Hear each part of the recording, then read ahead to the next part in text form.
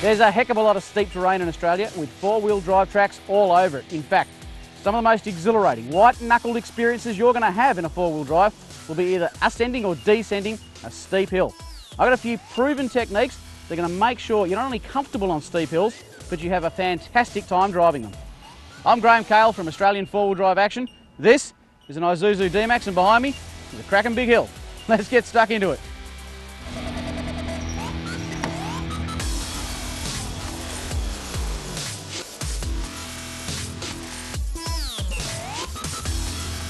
Right about now, low range is going to be your best friend, closely followed by tyre pressures. I'm talking something in the range of about 24 PSI. It's going to depend though on how heavy your four-wheel drive is and how soft the terrain is that you're driving.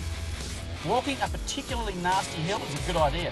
Take the time to learn where the obstacles are and pick your line. As with deep ruts, it's all about following a line that keeps all four wheels as evenly loaded as possible.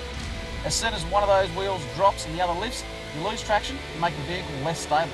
And that's not something that anybody wants. Climbing hills really is all about controlled momentum.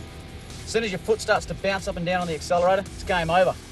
A trick that I use to become really helpful for me is to jam my right foot up against the kick paddle, which actually stops it from bouncing around and allows you to have smooth throttle control.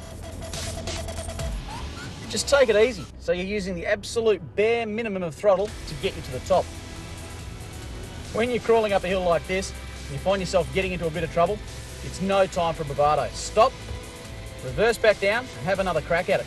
If you're going to reverse though, make sure you actually choose reverse, not neutral. Because reverse, you're using the engine braking to guide you back down the hill slowly. And it really is as simple as that. When going down steep hills like this one right here, always select first gear, low range, especially when you're in a manual, and let the engine braking do the work for you. You really want to try and minimise any brake input at all. If you need to accelerate, you can, but I tell you what, washing off speed, that's a whole other story. It's almost impossible to do on a really steep hill. Well, how good was that? Believe it or not, this is a brand spanking new Isuzu D-Max direct off the factory floor. In fact, I'm one of the very first people to drive it. All I've done is select low range and let a bit of air into my tyres. Simple as that.